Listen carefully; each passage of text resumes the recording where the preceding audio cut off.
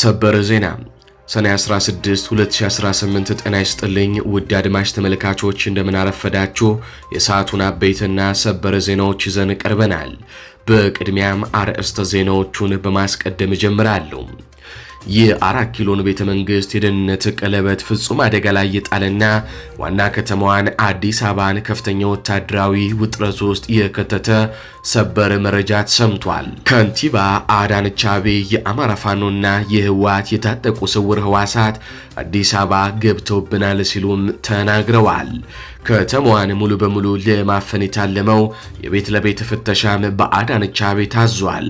የባለስልጣናቱ በፍርሃት መኝታ ስፍራ መቀየርን ጨምሮ ከሰሞኑ የተገደሉ የብልጽግና ሰዎችንና የፋኖና ህወሓት የአዲስ አበባ ኦፕሬሽንን ጉዳይ ዝርዝር ይዘንበታል። ወዲህ በመከላከያ ሰራዊቱና በፋኖ ጦር መካከል የሚደረጉ ውጊያዎች ሲቀጥሉ ፋኖ በወለጋ ታላቅ ድል አግኝቷል።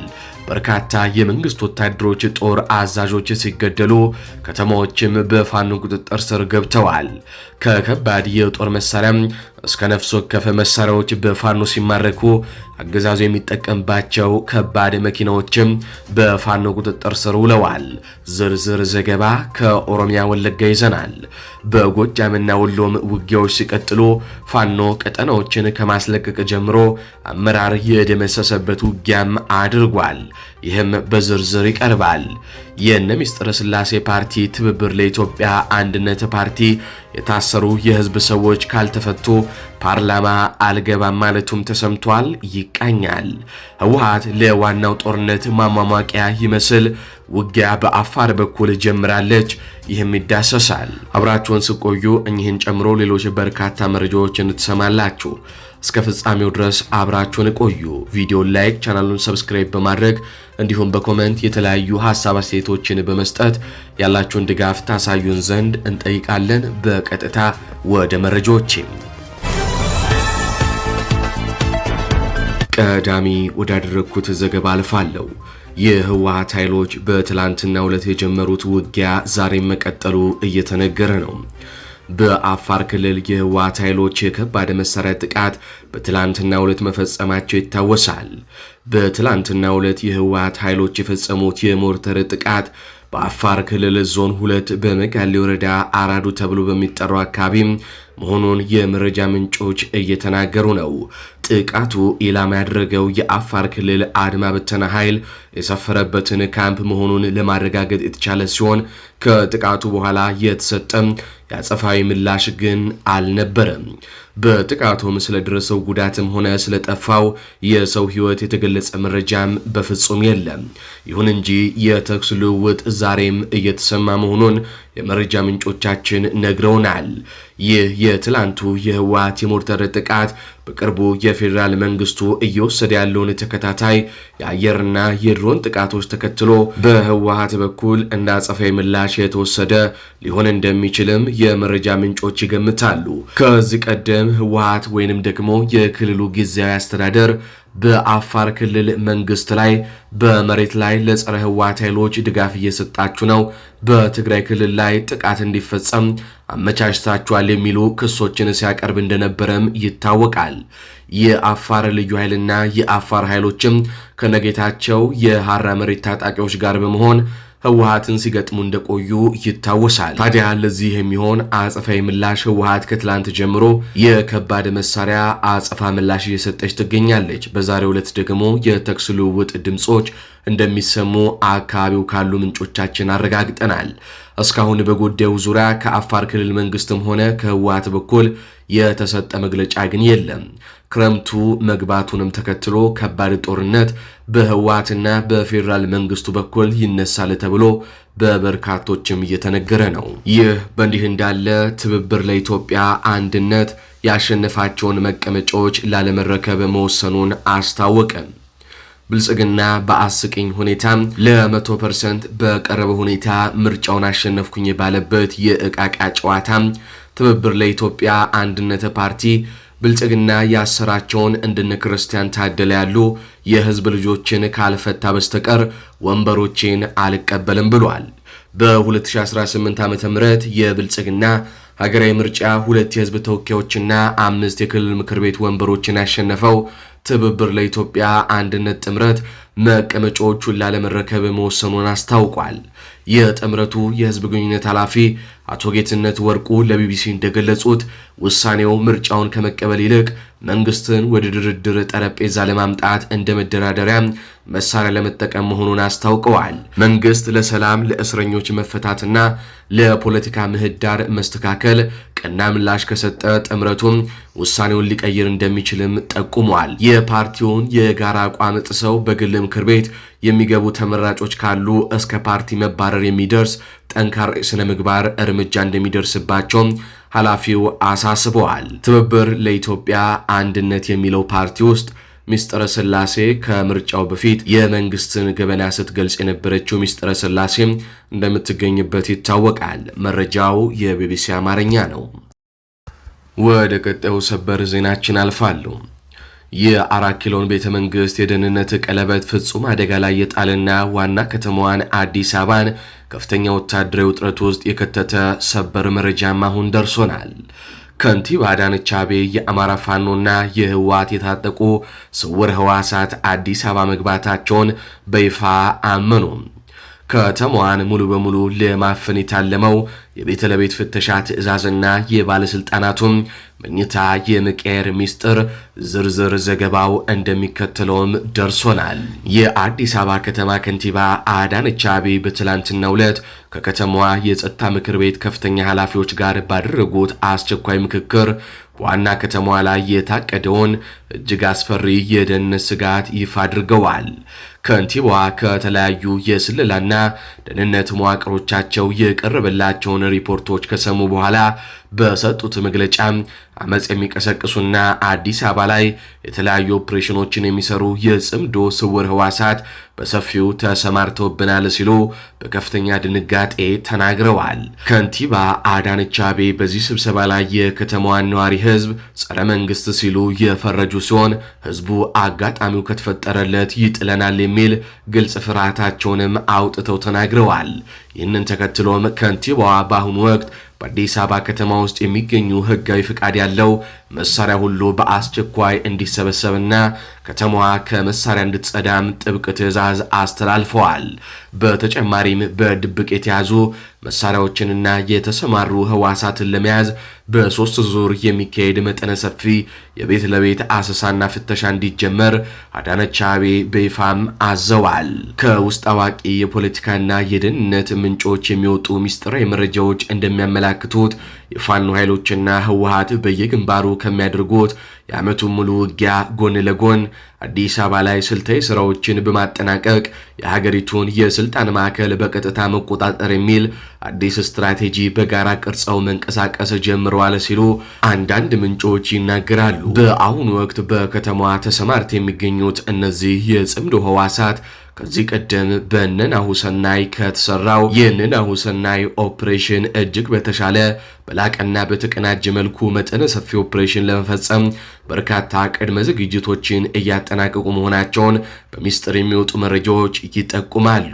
ከሰሞኑ በአዲስ አበባ ከተማ በተለያዩ አካባቢዎች የተገደሉ በርካታ የወረዳ ባለስልጣናትና የብልጽግና ፓርቲ የምርጫ እጩዎች ግድያ የተፈጸመው በእነዚህ በከተማዋ በስፋት የሚንቀሳቀሱት የጽምዶ የቆረጣ ህዋሳት እንደሆነ በሰፊው እየተነገረ ይገኛል። ከዚሁ ጋር በተያያዘ በቅርቡ እንኳን ፋኖን በመክዳት አገዛዙን ወደ ተቀላቀሉት እነ ማስረሻ ሰጤ፣ ፍቅሩ ሙሉዬና ኮሎኔል ፈንታውን ሞሃቤ ላይ የግድያ ሙከራ መፈጸሙ ይታወቃል። ይህም የግድያ ሙከራ በጽምዶ ህዋሶች ሳይሆን እንደማይቀርም የፖለቲካና ወታደራዊ ተንታኞች ይገልጻሉ። ወታደራዊና የፖለቲካ ተንታኞቹ እንደሚሉት የአዳነች አቤቤ ሚስጥራዊ ስብሰባ ንግግርና የቤት ለቤት ፍተሻ ትዕዛዝ የ4 ኪሎ ቤተ መንግስትን መዋቅር ምን ያክል የውስጥ መረጃ አውታሩ እንደተበጣጠሰና ዋስትና ማጣቱን የሚያሳይ ነው። ከዚህ ቀጠናዊና ከተማ አቀፍ ስጋት ጋር በተያዘ በአሁኑ ወቅት በከፍተኛ ደረጃ ላይ የሚገኙ የመንግስት ባለስልጣናት ፍጹም ሊቋቋሙት በማይችሉት ከፍተኛ ጭንቀት ውስጥም ወድቀዋል። ነገሮች እጅግ ከመከረራቸው የተነሳም ጠቅላይ ሚኒስትር አብይ አህመድን ጨምሮ ከፍተኛ የብልጽግና ባለስልጣናት ደህንነታቸውን ለመጠበቅ ሲሉ በየቀኑ የሚያድሩበትን ስፍራና ማደሪያ ቤት እንደሚቀያየሩም ታውቋል። ይህ በዋና ከተማዋ የተፈጠረው የምሽት ፍርሃትና ስውር ውጥረት አገዛዙ በመሬት ላይ ካለው ወታደራዊ ሽንፈት በተጨማሪም በዋና ከተማዋም የመጨረሻው የህልውና አደጋ እንደተደቀነበት ማረጋገጫ ነው ሲሉ ተንታኞቹ ይደመድማሉ። በቀጥታ ከአማራ ክልል ወዳገኟቸው የጦር ግንባር መረጃዎች አልፋሉ። በአፋብኃ ቴዎድሮስ እዝ 105ኛ ኮር 66ኛ ክፍለ ጦር ተወርዋሪ የበረሃ ተናዳፊዎች 4ኛ ሻለቃ ጃዊ ፈንድቃ ከተማ ሰርገው በመግባት ዳንግላ በር የብልጽግና ኬላ ላይ የተሳካ ጥቃት መፈጸማቸውን አስታወቁ። በትላንትናው ዕለት ከቀኑ 5 ሰዓት አፋብኃ ቴዎድሮስ እዝ 105ኛ ኮር 66ኛ ክፍለ ጦር ተወርዋሪ የበረሃ ተናዳፊዎቹ 4ኛ ሻለቃ በጠራራ ፀሐይ ወደ ጃዊ ፈንድቃ ከተማ ሰርገው በመግባት ዳንግላ በር የብልጽግና ኬላ ላይ የተሳካ ጥቃት በመፈጸም አቶ ተመስገን አይሻ የተባለ ቀንደኛ የብልጽግና የብአዴን ተላላኪ ሚሊሻን ጨምሮ 3 ሚሊሻ በመግደል 2 ቆስለኛ በማድረግ ታላቅ ድል መቀናጀታቸውን የፋኖ ኃይሎች በወጡት መግለጫም አስታውቀዋል። ወርቅ ሜዳና መንደር 24 ላይ ከ3ኛ ሻለቃ ጋር ድንቅ ኦፕሬሽን በሰሩ ማግስት ጃዊ ፈንድቃ ከተማ ላይ የፋኖ ኃይሎች ታሪክ መስራታቸውን ነው የተናገሩት። እዚሁ ጎጃም ላይ ስንቆይ በምዕራብ አማራ ጎጃም ቀጠና በብር አዳም አብስከን በሰከላ አሸፉ አካባቢዎች ላይ በተደረገ ተጋድሎ በርካታ አገዛዝ ወታደሮች ሲደመሰሱ 9 ክላሽንኮቭ መሳሪያዎች በፋኖ ቁጥጥር ስር መዋላቸውን የዓይን እማኞች ተናገሩ። በዚህ አካባቢ ከባድ ጉዳት ለደረሰባቸው ወታደሮች እገዛ ለማድረግ መነሻቸውን ከቡሬ ከእንጅባራና ከፍኖተ ሰላም አድርገው በተንቀሳቀሱ ተጨማሪ የአገዛዝ ወታደራዊ ኃይሎች ላይ ዳግም በተሰነዘረ ጠንካራ የቆረጣ ማጥቃት በርካታ የብልጽግና ወታደሮች የተደመሰሱ ሲሆን ገዢ ቦታዎች በፋኖ ቁጥጥር ስርም ገብተዋል። በተያያዘ በዚህኛው በምዕራብ አማራ ጎጃም ቀጠና በቡሬ ግንባር በተደረገ ተጋድሎ የወረዳው ሰላምና ደህንነት ኃላፊን ጨምሮ ከ27 በላይ የአድማ ብተና አባላት መደምሰሳቸውም ታውቋል። መነሻቸውን ከቡሬ ከተማና ከታዳጊዋ ቁጭ ከተማ እንዲሁም ከአለፎ አካባቢ አድርገው ንጹሃንን ለመጨፍጨፍ የአርሶ አደሩን ሀብት ንብረት ለመዝረፍ ጉልም ተብሎ ወደሚጠራው አካባቢ ለመግባት ሲገሰግሱ በነበሩ የብልጽግና ወታደሮች ላይ የማያዳግም እርምጃ መውሰዱንም ፋኖ አስታውቋል። ይህ በእንዲህ እንዳለ የብልጽግና ኮማንደሮች የጦር ኦፊሰሮች ያለቁበት የወለጋውን ትንቅንቅ እንመለከታለን። በአፋብኃ ወለጋ ቢዛሞ አንሻ ሰይድ እዝ ከጌጤ ግርማ መብረቁ ክፍለ ጦር ከታፈራ አለሙ ሳተናው ክፍለ ጦር ከአንገር ጉትን ክፍለ ጦር ከአበጀ ጥበቡ ነበልባለ ክፍለ ጦር የተወጣጡ አርበኞች በወሰዱት እርምጃ የብልጽግናን ወታደራዊ ኃይል ላይ አከርካሪ ሰብረው አንጸባራቂ ድል መቀናጀታቸውን እዙ በህዝብ ግንኙነት መምሪያው በኩል ለሚዲያችን በላከው መረጃም አስታውቋል።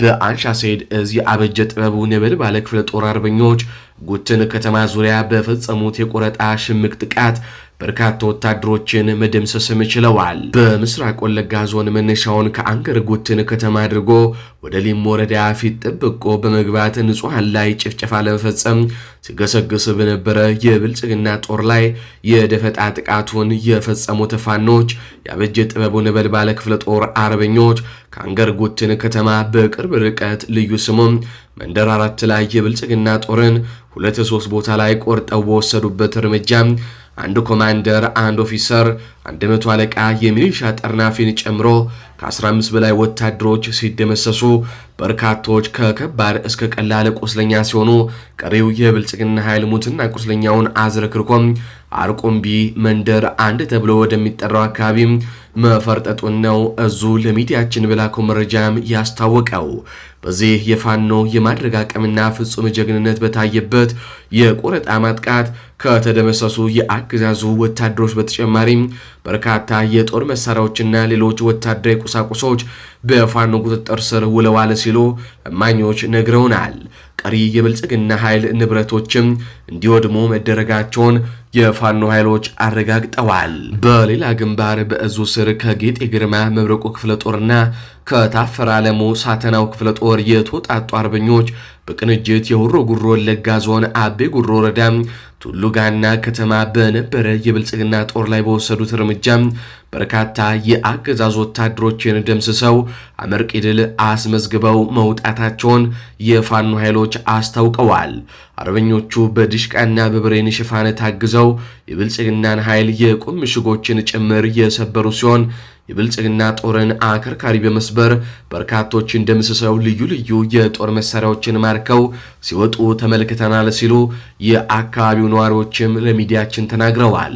በተመሳሳይ በምስራቅ ወለጋ ዞን ጊዳያና ወረዳ ውስጥ ንጹሃንን በመጨፍጨፍ ላይ በነበረ የብልጽግና ኃይል ላይ በአይሻ ሰይድ እዝ ስር ጀብደኞቹ የአንገርጉትን ክፍለ ጦር አርበኞች በወሰዱት እርምጃ በርካታ የብልጽግና ኃይልን ደምስሰው ቀጠናውን መቆጣጠራቸውም ታውቋል። በዚህ ተጋድሎ ሙትና ቁስለኛ ከተደረገው የብልጽግና ጦር በተጨማሪም አገዛዙ የአማራን ሀብት ንብረት እየዘረፈ በተሽከርካሪ ሲጭንበት የነበረው ክሬን በፋኖ መማረኩንም አይሻ ሰይድ እዝ በህዝብ ግንኙነቱ መምሪያው በኩል ለሚዲያችን በላከው መረጃ ገልጿል። ለዘመናት በስርዓታዊ የዘር ማጥፋት ዘመቻ ሲማቅቅ የኖረው የወለጋ ቢዛሞ አማራ ህዝብ በብልጽግና አገዛዝ የተጋረጠበትን የህልውና አደጋ ለመመከት ተደራጅቶም የብልጽግና ኃይል ላይ የእሳት ማዕትም እያወረደ ይገኛል።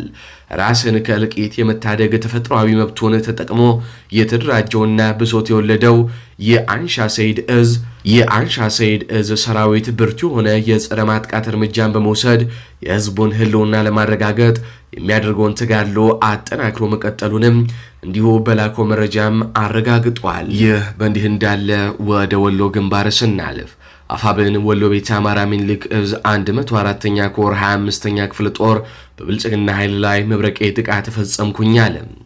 በትላንትናው ዕለት ከወረኢሉ ወረዳ በወይበላ ማርያምና በቁልቢ ቦታዎች አገዛዙ ጥምር ጦር እያለ የሚጠራውን የአማራ ህዝብን መጨፍጨፊያ ስም በተሰጠው የአብይ አህመድ ዙፋን ጠባቂ ሰራዊት ላይ በደፈጣና ስቦ በማስገባት የ104ኛ ኮር ቀኝና የ25ኛ ክፍለ ጦር አንደኛ ሻለቃ ናብስቶች በፈጸሙት መብረቃዊ ጥቃት መቶ አለቃ ፋንቶ የተባለ የብልጽግና ጦር ሻለቃ መሪን ጨምሮ ከ10 በላይ ሰራዊት ሲደመሰስ በርካቶች ቆስለኛ ተሸክመው ወደ መጡበትም ተመልሰዋል ነው የተባለው።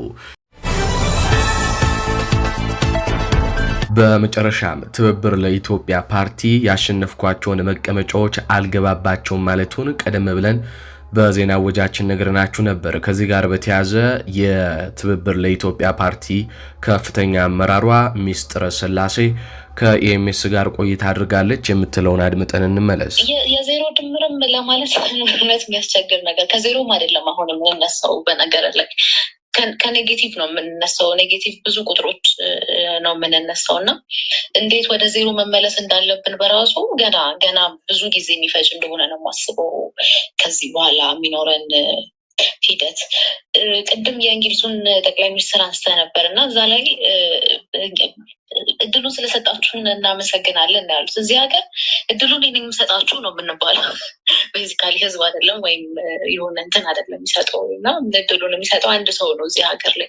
ስለዚህ ያንን ኤክስፔክት ማድረግ አንችልም። እንደው በዛ መቅናትም በጣም እንትን ይሆንብናል። አንዳንድ ጊዜ በጣም ቅንጦት ይሆናል። ምክንያቱም እኛ ገና ስለመኖር ነው የምናወራው። እንዳልኩ ዜሮ ላይ ለመድረስ ራሱ ገና ብዙ ዓመት ይፈጅብናል። በዚህ አያያዛችን በጣም ብዙ ኔጌቲቭ ውስጥ ገብተናል ብዬ ነው የማስበው እና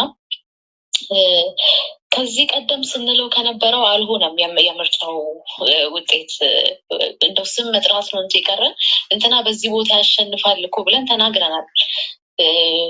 ስለ ፓርቲዎቹን ተናግረናል። በጣም ደጋግመን የተናገር ነው። እናውቀዋለን ማን በዚህ ቦታ እንደሚያሸንፍ። ምክንያቱም ኦልሬዲ የተነገረ ነገር ነው። ቅድም ጌትነት እንዳለው ዲሎቹንም እዛ ውስጥ ተሆኖ የሚታወቁ ነገሮች ነበሩና ብዙ የተለየ ሰርፕራይዝ የሚያደርግ ነገር አይደለም፣ ግን ደግሞ እንድናስብ ያደርገናል። እንዳልኩ እንዴት ነው ወደ ዜሮ እንኳን መመለስ የምንችለው የሚለው ነገር በጣም የሚያሳስበን ነው አሁን ላይ የሆነው እንዳልኩ ሰርፕራይዚንግ ነው ብዬ አላምንም። በጣም ግን እኔ በጣም የሚገርመኝ ነገር ማፈር የሚባለው ይሉንታ የሚባለው ባህላችን በቃ ተሽቀንጥሮ ተጥሏል። ቢያንስ ተምሬያለሁ የሚለው አካል እንኳን በችሮታ የሚሰጥ ወንበር ለዲሞክራሲ በር ይከፍታል ብሎ ተናግሯል ቃል በቃል። እንግዲህ ያን ሰምተናል ሁላችንም እና እንዴት እንደዚህ አይነት ኦፖዚሽን እንደው በታሪክ አጋጣሚ ስልጣን እጁ ላይ ቢወድቅ ከዚህ አሁን ከምናየው ነገር እንደው የከፋ ከዛም የተሻለ ነገር ሊያደርግ ይችላል ብዬ አላስብም እና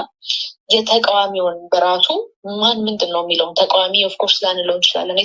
ተቃዋሚ ብንላቸው ነው የሚሻለው እና የእነሱ ራሱ ማንነት በደንብ የተጋለጠበት በቃ በኩራት ደረት ተነፍቶ ተሰጥቶ የምክር ቤት ገብቻለሁ ያ ለዲሞክራሲ በር ከፋች ነው ሲባል በጣም የሚያሳፍር ነገር ነው እና በተለይ ግን በደንብ እንድናየው ያደረገን እንደዚህ አይነት ፓርቲዎችን እንደዚህ አይነት አካላትን ማንነት በደንብ ገላልጦ አሳይቷል። ምናልባት የሚያምኗቸው ጥቂቶች ከቀሩ የሚከተሏቸው ጥቂቶች ካሉ ለእነሱ ማንነታቸው በእውነት የሚያሳይና ቆም ብሎ እንዲያስቡ የሚያደርግ ነው። ማንን ነው እየተከተልኩ ያለሁት በእውነት የሚለውን ነገር የሚያሳይ ጉዳይ ይመስለኛል እንጂ በፍጹም ከጠበቅነው የተለየ አልሆነም። የምርጫው ውጤት እንትና በዚህ ቦታ ይገባል ብለን ሁሉ እንትን ብለናል። እነዚህ ቦታዎች ለማን እንደተለቀቁ እናውቃለን እና ውጤቱም ከዚህ የተለየ አይሆንም። በተለያዩ ምክንያቶች ነው የቀጠልንበት የሚል ደጋግመን ተናግረናል እና ብዙ ሰርፕራይዚንግ አይደለም። ወንድም አገኝ ግን ይሉንታ የሚባለው ነገር አለማፈር አትሊስት ፖለቲካል ኢንቴግሪቲ የሚባለው ነገር በፍጹም እንደሌለ ቢያንስ ህዝብ ፊት የሚወራና የማይወራ ምንድን ነው ብለው የማይለዩ ከዛ ባለፈ ደግሞ እንዳልኩ ስለ ዲሞክራሲ ምንነት በፍጹም የማያውቁ የሆነ ቦታ ላይ የሆነ ሀገር መሪ እንደሆነ ነገር ሲሆን አይቶ ያንን አክት ለማድረግ የሚሞክሩ ሰዎች ነው እዚህ ላይ ያሉት ኦፖዚሽን ጋር ተቀምጠው ያሉት እና በጣም የሚያሳፍር ነው ለእነሱ። እኛ እናፍራለን። በቃ ልነግር አልችልም ስሜቱን። ቅድምም እየተነጋገርን ነበር እና በምን ቃልስ ነው ሊገለጹ የሚችሉት እያልን ነበረ። ውጤቱ ግን በፍጹም እየተለየ አይደለም። ተገመስም ብሔራዊ ጥቅሞች ላይ በሀገር ጉዳይ አንደራደርም። ያ ማለት ግን ብልጽግና በእነዚህ ነገሮች አይደራደርም ማለት አይደለም። ወይም ደግሞ ለማስከበር ፍላጎት አለው ብለን አናምን። የመጀመሪያው ታስታውሳለህ ኢትዮጵያን እናድን በሚል በትግራይ ላይ የሆነውን እናስታውሳለን። አሁን በአማራ ላይ እየሆነ ያለውን እናውቃለን እና በየትኛውም መለኪያ ብልጽግና የኢትዮጵያን ብሔራዊ ጥቅም የማስጠበቅ ፍላጎት አለው ብዬ አላምንም። እንደውም አሳልፎ መስጠቱን በጣም በተደጋጋሚ ብዙ ማስረጃዎችን መጥቀስ በምንችልበት ሁኔታ አሳይቶናል። ከዚህ ቀደም በተደጋጋሚ ተደራደሩ፣ በጠረጴዛ ዙሪያ ነው ችግሮች መፈታት ያሉባቸው እንል ነበረ። አሁንም ያ አቋማችን አልተቀየረም። ነገር ግን እንዳልኩ እያንዳንዷ ያስቀመጥናት ፕሪኮንዲሽን እያንዳንዷ መሟላት አለባት። አሁን ብልጽግና እንደ አንድ የበላይ አካል ሆኖ የሚደራደርበት ሁኔታ አይደለም ያለው። እንደ ማንኛውም ተደራዳሪ አካል ቁጭ ብሎ የራሱን አጀንዳ አምጥቶ የእኛን አጀንዳ ማስቀመጥ ባለብን ልክ በምንፈልገው ልክ እንዲሁም ደግሞ በትጥቅ ትግል ላይ የሚገኙት ወንድሞችም በተለያየ መንገድ እየታገሉ ያሉ አካላት ያላቸውን አጀንዳ ይዘው መጥተው እንዳልኩ ብልጽግና እንደ አንድ ተደራዳሪ እንጂ እንደ ሙሉ የድርድር ባለቤት ከላይ ሆኖ ልምራው የሚለውን ነገር በፍጹም አክሴፕት የምናደርገው አይደለም። ያም አይሆን ከሆነ ቅድምም ከዚህ ቀደም በተደጋጋሚ በመግለጫችን የሚገለጽነው ነገር ነው። አሁን ዙሪያውን ተጠግተው ፍርፋሪ የሚለቅሙ እንትኖቹን ይዞ ምስለኔዎቹን ይዞ መሰረታለሁ ለሚለው መንግስት በፍጹም እውቅና የምንሰጥ አይደለም። ዓለም አቀፉ ማህበረሰብም እውቅና እንዳይሰጥ ማድረግ የሚገቡንን ሂደቶች በሙሉ ምንሄድ ነው የሚሆነው። ከዚህ በኋላ እንዳልኩ ፈራተባ የሚባል ነገር ከዚህ በኋላ የሚያስኬድ አይመስለኝም እኔ በግሌ። ምክንያቱም እንዳልኩ እፍረት የለም። በቃ እዚህ ሀገር ላይ እፍረት የለም። የምፈልገውን አደርጋለሁ፣ ምን ታመጣላችሁ? እገላለሁ፣ ምን ታመጣላችሁ? አፈናቅላለሁ፣ ምን ታመጣላችሁ? መንግስት ብዬ በምርጫ በዛ ሁሉ ቢሊዮን ብር ስንት ነገር ማድረግ በሚችል እቀልዳለሁ። ህዝብ እየተራበ እየሞተ ምን ታመጣላችሁ ነው እና መረር ብለን መሄድ ባለብን ልክ በዛ መንገድ ነው መሄድ ያለብን ብዬ የማምነው። አድማጭ ተመልካቾች ለሰዓቱ ያዝንላችሁ መረጃዎች እነዚህን ይመስላሉ። በቀጣይ በሌሎች መረጃዎች እስከምናገኛችሁ ድረስ ቸር ያሰማን።